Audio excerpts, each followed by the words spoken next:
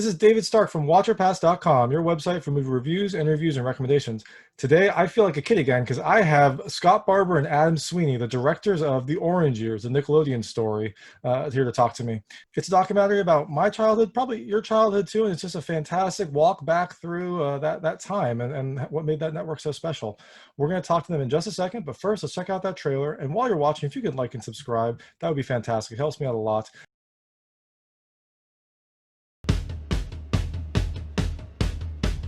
Nickelodeon, if you want to know about it, it's a kid-owned environment. It didn't feel like the version of what an adult was telling a kid to watch.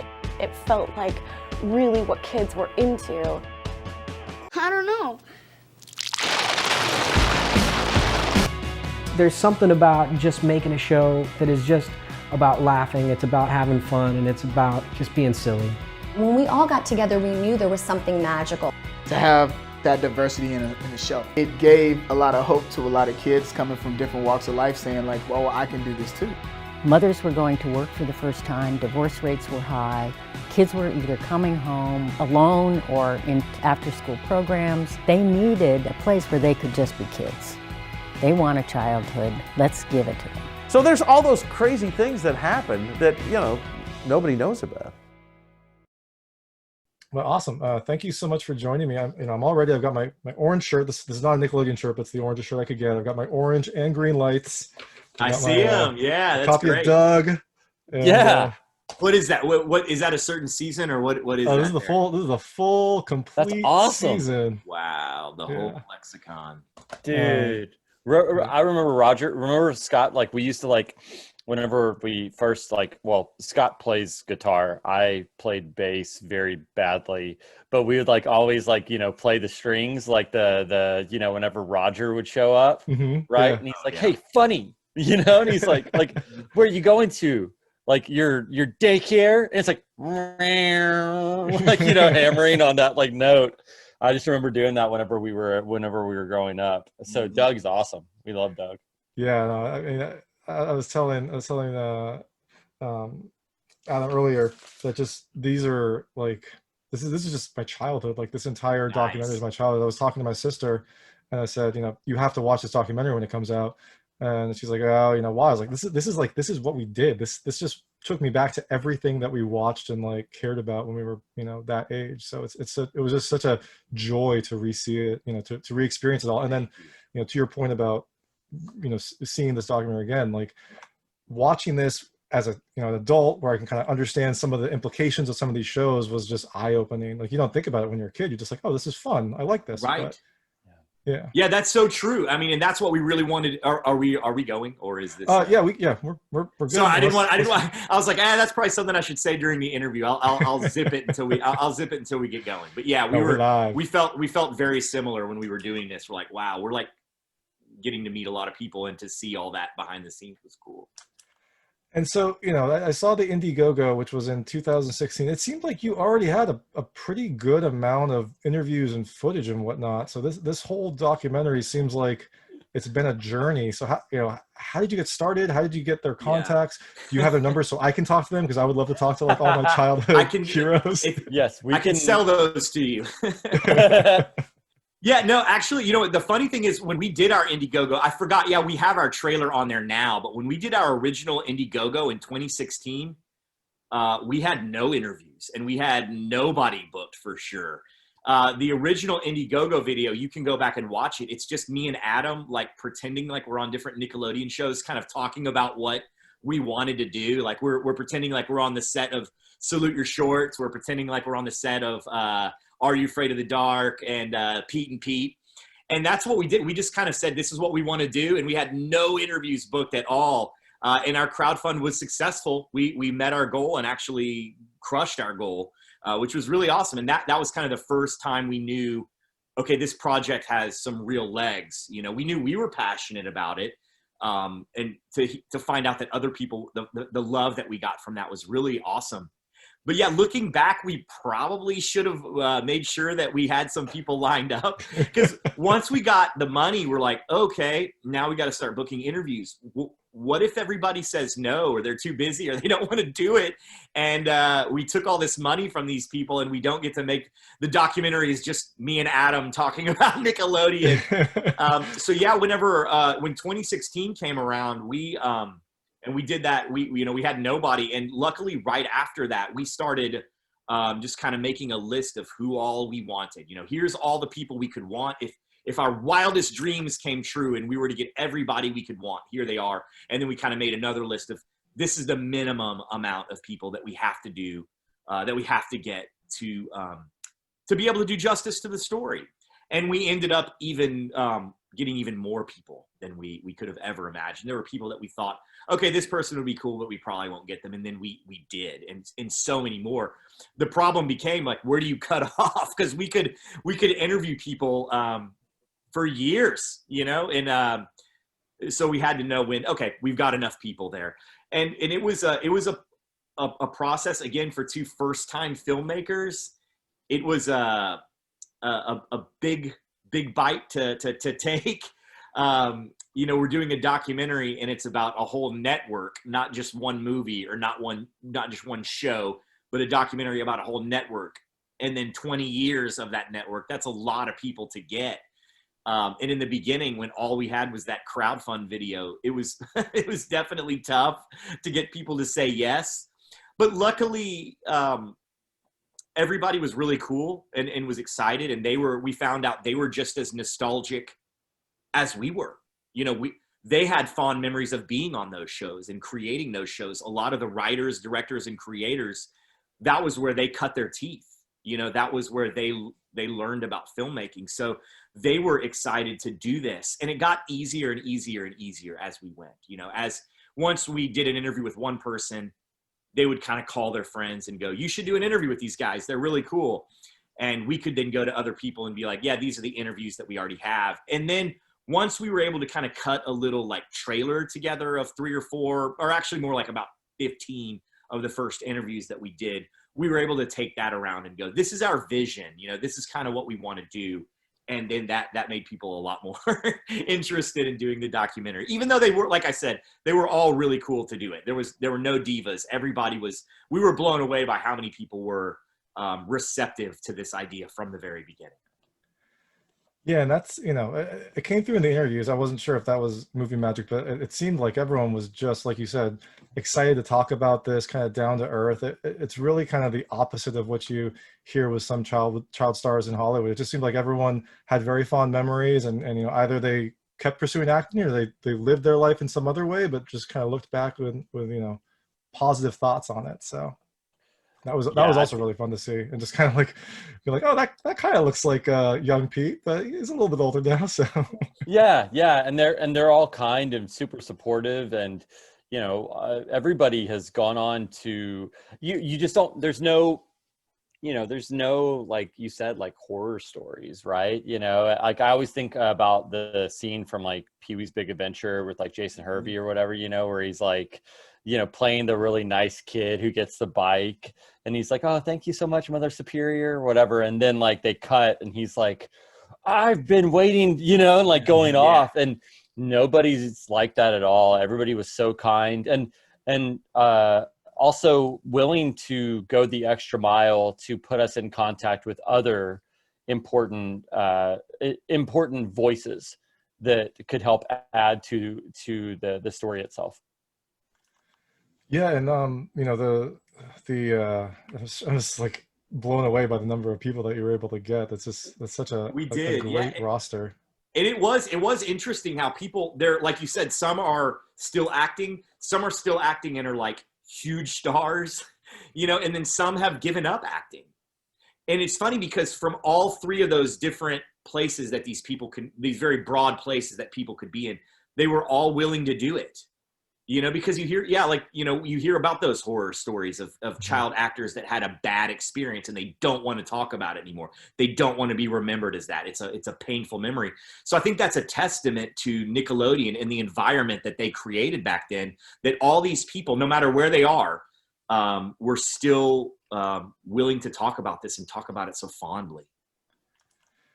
And it is great that you got all those interviews. I must say, if you had some sort of like Be Kind Rewind sketch show about of you reenacting various Nick shows, that would probably be fun too. But it's really awesome that you can got watch it if you go to our Indiegogo. You can see our original video. We Adam and I recreate Salute Your Shorts. You Can't Do That on Television. Pete and Pete. Are You Afraid of the Dark? And I think that's it. We recreate those 4 shows while we're kind of explaining our vision for the documentary. Yeah, it's a lot. It was a lot of fun, and we filmed it in the course of a day, and which was very interesting because it was raining a lot of the time, and so we found ourselves like in the middle of a shot, and then we're like, okay, go go go go go go go. We also found out that we're not outdoorsmen very quickly. We rented a spot at a campground, and I remember we got there and we knew we were like, okay, so we know how we're going to do the lighting, right? Because we have to kind of give that combination of you have to have that blue lighting that kind of really kind of hones in contrast with the fire. And then we got there and we're like, oh, we got to make a fire. We have to actually make a fire, and we kind of didn't know how, but we did it. And I never thought of it like Be Kind Rewind. Now I'm more proud of that after you said that. I'm like, yeah, man, we were kind of doing a Be Kind Rewind thing. Yeah, totally. Yeah, that's what we meant to do. Yeah. That's it. We were paying homage to Michelle Gondry. That's it. That's there you go. And it doesn't surprise me that the Indiegogo did well, because there's this network is just so universal. After I'd seen everything, it all came flooding back. But a memory I had is I was on a flight to LA. We landed in LA. I stood up. Some people next to me stood up as well. I never met them, and we looked ahead, and like 2 or 3 people down, we saw what we thought was Larisa, Oleynik, Alex Mack. And so as we're all deplaning, we're all just like, Alex Mack, just trying to get her attention. And Larisa, if that was you, I'm very sorry. It was probably very embarrassing. She never turned around, so we just don't know. But we just sat there and talked about Nick for 15 minutes after, just because we all just had such fond memories of it. So. And Larisa is amazing. She is so cool and so talented and so supportive. She was so supportive of us, and one of just the most down to earth people. An incredibly gifted performer. Also, little known fact probably for people that loved her on Alex Mack is she's an amazing singer. She got her start doing Les Mis, and I didn't know that at all. yeah. She still does. When she was interviewing with us, she was doing an off-Broadway play while she also was doing doing television acting, as well as some commercial voiceovers, voice acting. So I mean, she can. It's funny because we talk about in the documentary about how Nickelodeon was kind of the anti-Disney, and how they didn't have packaged people Justin Timberlake or Britney Spears, but the reality is somebody like Larisa Oleynik could have been easily. She could have easily been on the Mickey Mouse Club, and she's amazing. She's a gem. She's just so down to earth and so candid. Just came down and did the interview. Everybody was so nice. It was crazy how nice everyone was. And so when after the Indiegogo, you just kind of had, did you just start reaching out to contacts to try to get? That's exactly it. Could, and then it just kind of snowballed from there. Yeah, we made a list of everybody. We contacted them any way that we could. If we could get to them directly, that's great. But we also, we got on IMDb Pro and we were finding their managers, their agents, and just, cold. I had a background in sales. It was one of my early adult jobs. And cold calling is always the hardest when you're just calling hey, I'm in person and can we do this? And that's how we started out, was just trying to get a hold of people and getting them excited about it. And they were. And then once we did the round of we took a trip out to LA and interviewed 15 people on our first trip. And after we did that, they kind of all, like Adam said, they went to their friends and said, you guys should do this. And either they talked to them or put us in touch with them or vouched for us. So the interviews got the next trip that we took to New York. And then a follow-up trip back to LA was like exponentially easier. But yeah, it was fun getting to contact all those people, and they were all very receptive. Everyone loved the idea and was like, yeah, they all kind of agreed with us. They're like, I can't believe no one hasn't done this already, because this is a doc that feels like it should have already been made. Yeah, no, definitely. And that, kind of leads back to the question, like, what inspired this? I mean, I agree. It's amazing that it hasn't already been made. So, what was your inspiration, and how did you kind of execute that vision? Because I'm really glad that you did. It's just kind of crazy that it's never been done before. Well, thank you. So Scott and I had been working together, both as script writers, narrative script writers, and we also had made for our jobs some mini documentaries, and so we had had some some success. We had sold off a couple of items, but when you sell it off, you don't always get to have much control, right? You may not get to direct it, you don't get to decide who gets to be in it, and so we had talked about, we had thrown around some ideas before about Nickelodeon, and then a couple of other ideas for different stories. And we were, at that point, we were confident that we could make a film, right? We kind of wanted to take our destiny into our own hands. And so we talked about it, and, we said, we knew that a documentary is the most accessible form of filmmaking, especially whenever it comes to budget. And we talked, threw around a couple of ideas. We had some, different topics on kind of a whiteboard, and we kept going back to Nickelodeon. Additionally, what also inspired it is that we're very passionate, and it has a personal appeal to us because we both came from backgrounds, homes of divorce. And Scott and I have known each other since we were 9 years old. And so, yeah. So we one of the ways that we ended up staying friends whenever my family broke up is that I moved away. And one of the first things that we did was we were on the phone, and I remember us talking, and we were watching the Are You Afraid of the Dark premiere.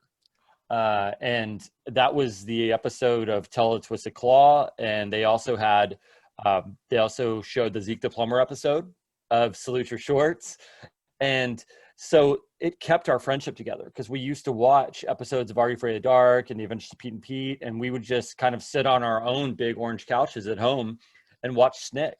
And so it meant a lot to us. And we played around and toyed around with the idea of what these stories would look like. And for like a brief instant, there was, the option of that you've seen kind of like in Tiger King and the Jinx and a couple of other, The Amazing Jonathan, where it was like, okay, are we going to travel to go to different places? Right. Mm-hmm. But ultimately, very quickly, we kind of rejected that, because we're like, this isn't our story. This is everybody's story. Right. Yeah. And this is the story of how it was made. Right.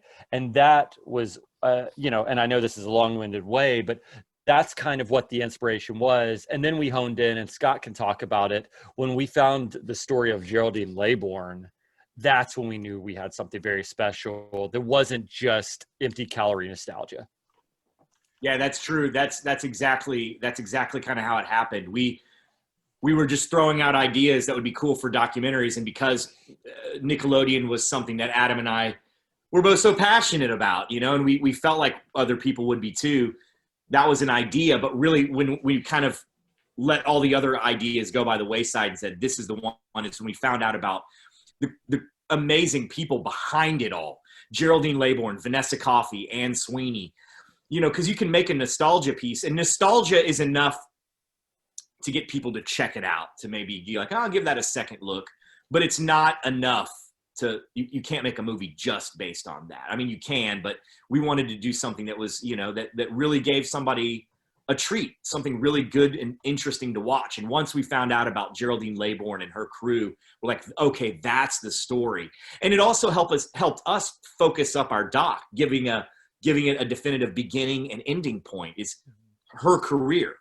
And for those people that don't know, she was the mastermind behind Nickelodeon all throughout the 80s and 90s. All of those amazing shows that we love came from her leadership. Nickelodeon would have crashed and burned. They were on their way out when she came on board. And yeah, when we found that out, because, you know, when we were early on, we're like, what if we did kind of like the golden years of Nickelodeon? Well, what does golden years mean? It might mean something different to this person or that person. And I think a lot of great shows have come out recently or after the era that we're talking about. And that's not what we're saying, that this was better. It's just that kind of gave us a definitive, this is what the doc is going to be about, is the hard work that she and her team did. And that was really awesome. And we were, you know, it was a great story.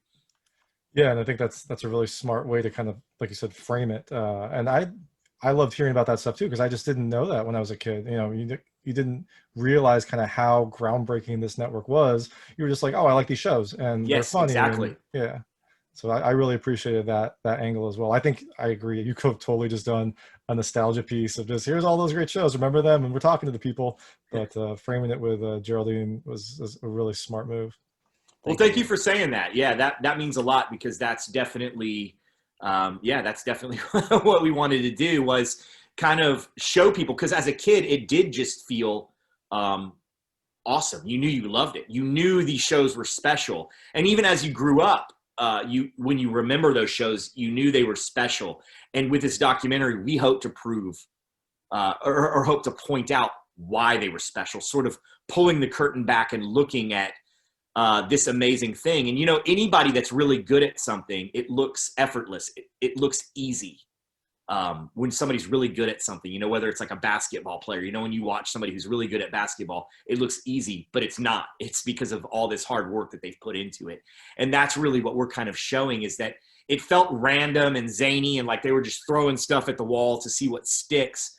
But that's really kind of not what it was. There was somebody, a group of people that were behind this, doing a lot of hard work and a lot of important work to make it feel just like it kind of came out of nowhere. It almost feels like these shows were made by kids. As weird as that sounds, like if you were to find out that these shows were actually just written and directed and produced by kids, you kind of like wouldn't be surprised. Yeah, no, definitely. Maybe the writing would have been a little worse, but you know, they definitely spoke to us when we were younger. You know, and the stories were fantastic, and I loved all the archival footage. Did you know, how did you get that? I mean, did you just does CBS own Nick? I don't even know who owns Nickelodeon. Viacom. It's Viacom that owns that. Yeah, and I mean, we just got the footage any way that we could. We would reach out to the show creators first and foremost, and if the show creators still had the like master reels, they would provide those for us. And for a couple of the shows we got those. That was really cool to see, you know, the master copies of those. And if not, you know, we would, if they were on VHS, we would get those. There were a lot of very rare VHSs that had footage that people hadn't seen. There was a Double Dare one that came out, and then the Magic Johnson HIV special from Nicktoons, or from Nick News, not Nicktoons. Yeah, it was getting to archive all that stuff was that was a huge part of the documentary, getting all that stuff digitized, organizing it. But it was a really fun part of the process. I could imagine if you were archiving something that maybe you're not passionate about, maybe it would feel more like work, but that always felt like just fun, you know, getting to find all those Nickelodeon bumpers. One of the guys, Scott Webb, who was responsible for a lot of those Nickelodeon bumpers, which people are just as nostalgic and passionate about those as they are the shows, because those help create Nickelodeon as something bigger than just a bunch of shows. It became a whole place, a whole just connection with kids. He created a lot of those, or directed those, and he was kind of in charge of that department. He got us a lot of those bumpers, and that was really cool to get those. I remember, Scott, when we were watching the footage of Cube. Yes. With the interactive parts, like there's one, you know, the one guy, David, that is singing. Yes. You know, and this isn't giving away a spoiler, but there's somebody singing who is, you know, who's going, how's it? He's like, gitchy, gitchy, gitchy, goo. Yeah, it's and so like, funny. Yeah. And we were just dying, laughing, like, because we were like, what is this? Yeah. Right. And so we went and we did a deep dive and found out that guy, like, still in the area, in the Columbus, Ohio area, still doing stuff, man. And so it's like, it was just, yeah. like, the same way that we hope that this is insightful and informative to anybody that watches it, we were learning at the same time, right? And so it's really cool because it's the type of project that you don't get to do very often, realistically, because the fact that we got to work as independent filmmakers, Scott has said this before, it meant that we had the burden of having to do everything, right? And not everything, but like a lot of it, a lion's share. That was the burden, but the privilege was that we got to do everything. And so that ended up, I think that passion and that joy hopefully kind of, translates onto the screen. Yeah, no, it definitely did. I mean, I can only speak for myself, but I assume everyone else will have the same passion and the same joy. And yeah, those bumpers were something, right? Like they were, again, it just came flooding back. It's all these sounds and these images and the orange blimp and the face. Like, it was just it all just kind of came back really, really quickly and made me very happy. And in a time when people might need a little bit of a pick me up or a little bit of a nostalgia trip. So it's a really good time for this film to come out. Yeah, we agree. So you said you got a lot of archival footage from people. Any like props, anything like from the shows that people had lying around that you're able to play around with? Because I think that would also be fun to see as well. So we did speak with a good number of fans. And unfortunately, given what the story was, we didn't have a chance to get that in there, right? It didn't quite make the cut. But the first interview that we really did, set of interviews, was we went to a Mondo gallery where they were doing a Nickelodeon exhibit. Mm-hmm. And they had created the nose from Double Dare, mm-hmm. right? And you could reach up inside of it. Cause remember, it was like, on Double Dare, that was like one of the parts that I remember so much is that you had to reach up in there and try to find the flag. Right. Additionally, we spoke with a number of people that had amazing collections. And they had props like, someone had the Nickelodeon it was a Nickelodeon blimp, right? Like mm-hmm. that you're talking about. And a number of people had created the Agrocrags, you go online and those things sell on eBay for a lot of money. But they had done it just because they like to do it, and I think that would have been a great kind of like mini episode, is to just show not only the fans, but to show all of this like memorabilia, and right now, realistically, we're doing giveaways that are signed by Kenan and Kel and a bunch of people, like Good Burger aprons and Double Dare, wow. All of these like really amazing like props and pieces of memorabilia that were at the time, you know what I mean? Like that they created at the time. There was one show called You Can't Do That on Television, and people either remember it and love it, or people that are a little bit younger don't remember it because they were too young. But it's a show that's extremely important to Nickelodeon. And I think I'm excited for people that don't remember it to get to watch it, because they'll be like, wow, that's where all this stuff came from. Mm-hmm. Not just the green slime, but the overall attitude. And if you did like that show, there's those lockers. The kids were in these lockers and they would pop out and tell jokes. And that was one prop that was really cool to get to see in person. It makes an appearance in the doc a couple of times. We interview some people in front of those. And then also it's kind of in the beginning, in the intro. But that was surreal to get to see those lockers up close, knowing like this is something that like I was watching as a little kid. And on the inside of the lockers, when kids would leave the show, they would sign them. So it's like all those kids like Alistair, Christine, Kevin, like all those people that you love so much, to see their signature was very surreal. That is awesome. That's really special. I wish I could see that. Where are the lockers now? Yeah, it's funny because that show, it was made in Canada. It was a very small local Canadian show in the beginning, and Nickelodeon picked it up. And this was in the early days when no one would sell to Nickelodeon. I know that's weird to think now. If you're making kids programming, you would die to have Nickelodeon buy your product. But back in the day, no one would sell them anything. Everyone's like, oh no, it's broadcast is where we want our programming. And so they just had to buy shows wherever they could. They weren't big enough to make their own shows. So they bought the rights to show this tiny little Canadian show. And so in Canada, those kids kind of didn't know how big they were because it was over here in the States.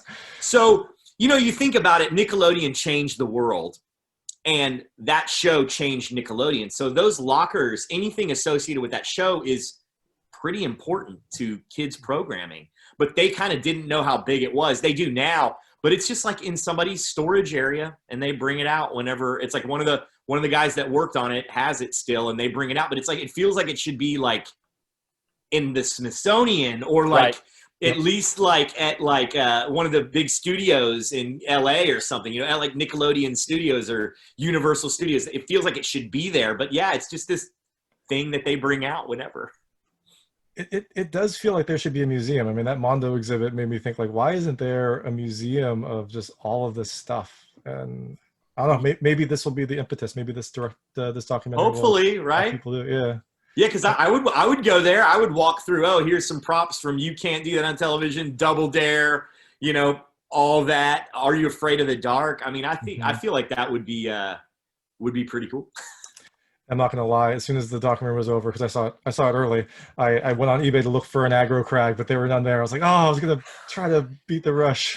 You know, at the end of the doc, we talked to some people that have them, as like a recap of the fans. But like, we never got to talk to anybody that actually won it. Right. It was all people that bought it like that. Right. I would love to talk to somebody that actually won the Agrocrag and hear from them, like, what was it like to really be there? I'll tell you someone who didn't win it, and I'm not trying to rub it in anyone's face, but AJ McLean from the Backstreet Boys was on Guts, and he did not win. He didn't win? He did not win. It's tough. We use some of that footage in there. Like, we don't make a big deal about it, but you see AJ McLean in he did well. He did well. He did a million times better than I'd ever do. I'll tell you that. Yeah. But yeah, it was cool. I mean, but if you need a contact to get an Agrocrag, we know a guy that who can make it for you. Excellent, excellent. I'll have to get wife approval for that. But that is something yeah. Let's make sure that the budget allows for it, for sure. It's important. So you know, this documentary is very timely, also because I'm sure you've already seen it, but there's a Ren and Stimpy documentary that came out a few months ago. Happy Joy. So I guess two questions on that. One, did you know about that documentary while you were making this one? They also had kind of a long process. They did. Yeah, we did know about that. There was two documentaries that were similar, that were going on at the same time as ours. There was the Ren and Stimpy documentary, and there was also a Mark Summers documentary called On Your Mark. And we talked to the filmmakers from both, just to say, like, hey, we're all family here. We're all doing something that's similar in kind of. And we all want to help each other, you know, and not view each other as competition. We're all trying to help. So if there's anything we can do to help you, or anything you can do to help us, like, let's all reach out. And that Ren and Stimpy doc, you know, our animator, Jeff Johnson, who did the animation for our documentary, which, you know, there's certain stories that nobody was filming, the archival footage wouldn't support, so he animated a couple of really cool stories, and he was the one that turned me on to the Ren and Stimpy doc a long time ago. Before a little bit before we decided to do our doc, he was like, hey, you know, here's this Ren and Stimpy doc, because he was a backer for it from way back when. Yeah, so we did know about that, and I'm excited, you know. And Gravitas, who we're working with, they have the Ren and Stimpy doc, so I'm glad that those, even though our film is very different than theirs, very different in tone, I'm still happy that they're living at the same place. You know, they found the same home. Yeah, no, I saw the Ren and Stimpy doc too, and talked to the filmmakers. It was kind of surreal to see similar people in both documentaries discussing very different topics with a very different tone. So for sure. Yeah, it's definitely another good. I mean, both of these are just fantastic documentaries in different ways, and that's also another good documentary to kind of let you see some of the things about your childhood that you might not have remembered, or you might not have heard about. And I'm glad they did that too, because all the stuff that happened with that show, that needs its own doc. You can't brush over that stuff in a doc like ours. That's not the place to you that needs the reverence of an entire documentary to talk about that.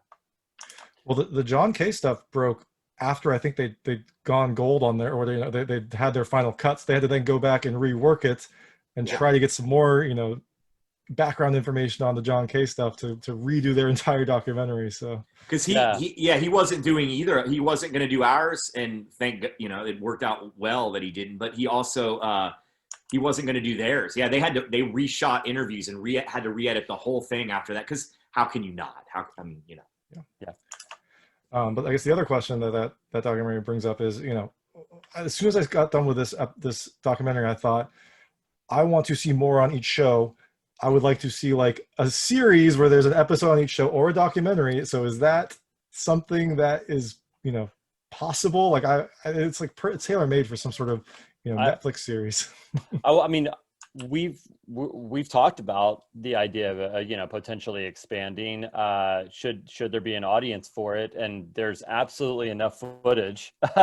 We talk to each performer or talent, creative programmer or talent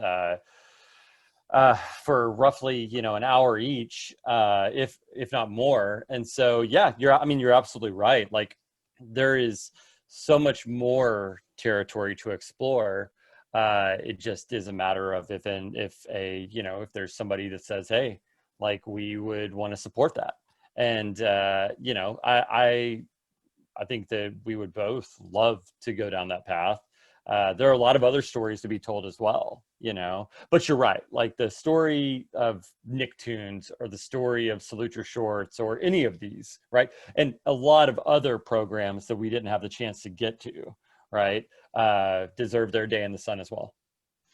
Yeah, no, fingers crossed. Everyone, fingers crossed. This documentary, because we would love to do that. We would love to. That was kind of like after about halfway through, we're like, man, this could totally be like a docu-series. Yeah, it's just it's a little bit above our pay grade. Like, we need someone, it's ultimately, as much as it is, it's not just me and Adam making the call on that, but we would love to do that. So yeah, hopefully this thing, people have a strong reaction to it, and we can make that happen someday.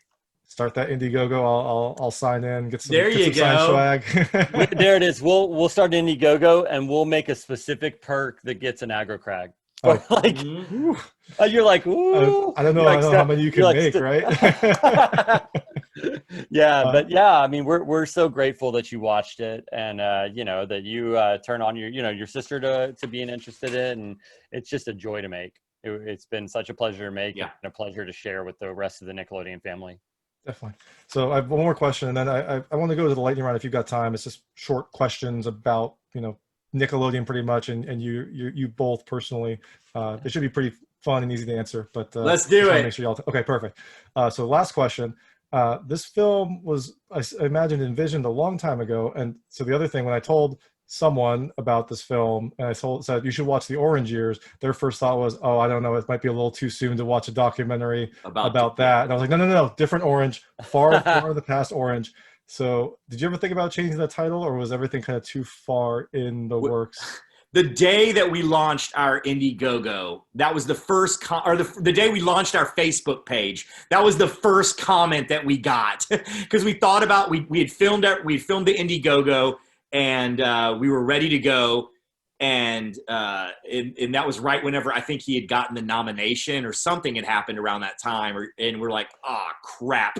So we were kind of like too deep into it, but yeah, that was literally the first comment on our Facebook page. It was like, is this a documentary about Donald Trump? Yeah, we should have put The Orange Years. Absolutely not the Donald Trump story. Not the not the Nickelodeon story, just The Orange Years, not the Donald Trump story. And now we're getting comments like those again. So yeah, I mean, I guess we definitely thought about that. But hey, that's what the film's called. Yeah, or just Nickelodeon's golden era, The Orange Years, something like that. Right, right. Yeah, for sure. Yeah, and I remember DJ McKell in the movie talks about it, and he says, like, we had the golden ticket, we had the orange ticket, right? Yes. But we absolutely, yes, yes and yes. Like I heard that yesterday when I was talking to one of my friends on the phone. Like they were like, "So this isn't going to talk about Donald Trump at all in it, right?" And I was like, "No, I think you're good. I think I was like, yeah, you're totally good." Yeah, no, once you see the poster, it's clear. But yeah, I can imagine some people, like you said, have that association. Sure. So let's move quickly to the lightning round. Like you had said, very simple, short, lightweight questions. You can choose not to answer them, but they're all pretty answerable. So the first one is, what's your favorite Nickelodeon show? Pete and Pete. Are You Afraid of the Dark? Both good answers. I think Are You Afraid of the Dark is probably mine though. So yeah, we both love it. By the way, we just alternate. So, what's your favorite Nick cartoon? Doug. Real Monsters. I will defend Doug until I die. That's the one that always gets everyone's like, oh, that show is so, Rugrats, Ren and Stimpy, and they're all great. But like Doug, I feel like doesn't get the credit. This is the lightning round. Yeah, Doug. You can. I mean, I think Doug is probably my favorite because I think it's the most relatable to me growing up, and I think a lot of people probably had that, same feeling. So agreed. Yeah, and the documentary does a really great job of showing why. So you should watch the documentary so you can see. Were you ever on any of the Nick shows? I was never on a Nick show. No. I wish. I didn't even leave Texas until like 7 years ago. So did you ever go to any of the tapings of the Nick shows? I never did. I never got to go to Nickelodeon Studios, and I wish that I had, especially editing this documentary. It's like, oh my God, because we had people send in their footage. That's where all that stuff came from. Yep. And it's like, golly, I want to go. Yep. Our director of photography, Sean Cawthon, did get to go. And nice. we still are envious to this day.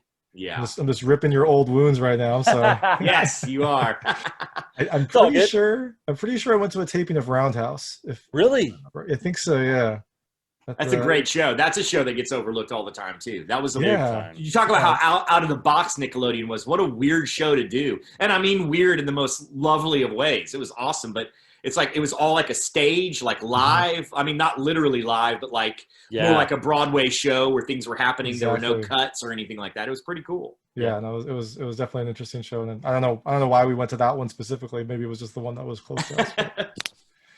But, if you could be on any of the Nick shows, which one would you have been on? I would be on Are You Afraid of the Dark. I would love to be a member of the Midnight Society. I mean, the same. Are You Afraid of the Dark or probably Salute Your Shorts because summer camp is awesome and it's fun. Or Pete and Pete. The Adventures of Pete and Pete would be so cool. It would be cool to have your own superhero. Like that would be awesome, especially if that superhero is already. And the tattoo at the age of 12 or 13. Yeah. They were cool with it. 8. They were cool with it. The mom and dad never protested. So good for them. So I'm glad you both love Are You Afraid of the Dark because there's a couple Are You Afraid of the Dark questions because that was also my favorite show. So what's your favorite episode of Are You Afraid of the Dark? Mine is The Tale of the Twisted Claw. Okay, that's a good one. The Tale of Laughing in the Dark. Yes, that's the one that I was going back to on. That one freaked me out when I was a kid. Yeah, you gotta give him his nose back. And it's still a little creepy. I mean, it's obviously a kid show, but like there are some scenes in there that are like absolutely. It's perfect. It's so good. It's so good. Have you ever thrown secret dust on a fire? Yes. We have. Oh. We have. In our Indiegogo video, we do it. Oh, there you go. We throw dust on the fire. Yep. Was it the correct dust? I mean, in the documentary it tells you what it is, but no. In the documentary, it does. Watch the documentary if you want to find out what the dust is. We didn't know what the dust was at the time because we hadn't filmed anything, so we just did whatever. And then I think we were trying to remember. It's been so long. I think what I did is I just brought the exposure up. Like it was like a post we made it because we were out in the middle of the woods. We had no way to actually make our fire go like that, so we just kind of did it in post. Yeah, that was before you had any sort of Indiegogo funding, so you had to. We were just what you got. Exactly. We were two boys with the dream. Do you have any Nickelodeon swag? Yes. All right. You can show it, or you can just say it. I don't care. Whichever you want to do. We've got jackets, like there are these denim jackets that only people that worked at Nickelodeon got that say Nickelodeon on the back. That's Yep. awesome. That's probably, and we got some like signed stuff from people. But that's probably the coolest one because only people that worked at Nickelodeon got those. Yeah, we had some other stuff, some Rugrats hats and everything. I think one of my friends was a huge fan, or like obsessed with Rugrats, and so I gave it to her. But yeah, definitely. A lot of the swag we have, we're also like giving to the fans because we know how much it means to them. So check out the webpage for the Orange Years to our Instagram. Yeah, we're on our Instagram. We're going to be doing a lot of giveaways on Instagram as the film comes out. There you go. And the last question: have you ever been slimed? Yes. We have. But not in our Indiegogo we get slimed. We made in our video at the end we both get slimed. Yep. Yeah. And we are consistent. There's a lot of different versions of slime. So it depends on who you talk to, and it depends on what era the Nickelodeon generation there was on what the slime consistency and what it was, like the ingredients are. They got the slime. You can watch it from all the way from You Can't Do That on Television to Figure It Out. Like the slime got thinner and darker. Like and so we were kind of trying to imitate the OG, the You Can't Do It on Television slime that's real thick and chunky. Yeah, kind of more of like a lime green. Yeah, almost like oatmeal. Yeah, for sure. That's awesome. I'm gonna go check out that Indiegogo video as soon as this is done because that sounds awesome. It's fun. It's fun for sure. And last question, what's next for you now that the film is finally done and coming out next week on November 20th? What's next for you both? I'm excited to hear and excited to see. So we're working on just different projects right now. Some of them are narrative in nature. COVID hit everybody really hard. So, Hollywood and just filmmaking in general kind of took a pause, I think, for a couple of months. So there are a couple of documentary projects that we're looking at on the horizon. But we're just thankful to be in this space at this moment. And then moving on, we're going to move on to once we get past the Orange Years, then we're going to, decide what we'll, do collectively and then also individually, because, Scott's an amazing filmmaker in his own right. And there are a ton of stories to be told. Excellent. That sounds fantastic. And I'm eagerly looking forward to the Nickelodeon miniseries on one of the streaming networks. I'm sure someone will pick it up. All of them. Yeah. All of them. Doesn't CBS have CBS All Access? They probably want to, Hulu, Hulu has all of Nickelodeon shows. So, well, whatever. I can't wait for that, and I can't wait to see what's next for y'all. And the film is The Orange Years, the Nickelodeon Story. It comes out November 20th digitally, so you can rent it, buy it, watch it at home, relive all those years, get a little ray of sunshine in this cold winter. So thank you so much for joining me. This has been fantastic. Thank you. Yeah, this is awesome. David. Thanks for having us.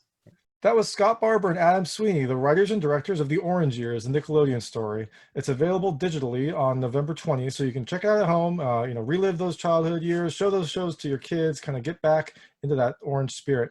If you liked this interview, please like and subscribe to this channel. It helps me out a lot to make sure all my new videos go straight to you. And as always, please go to watcherpass.com for all your movie reviews, interviews, and recommendations. Thank you.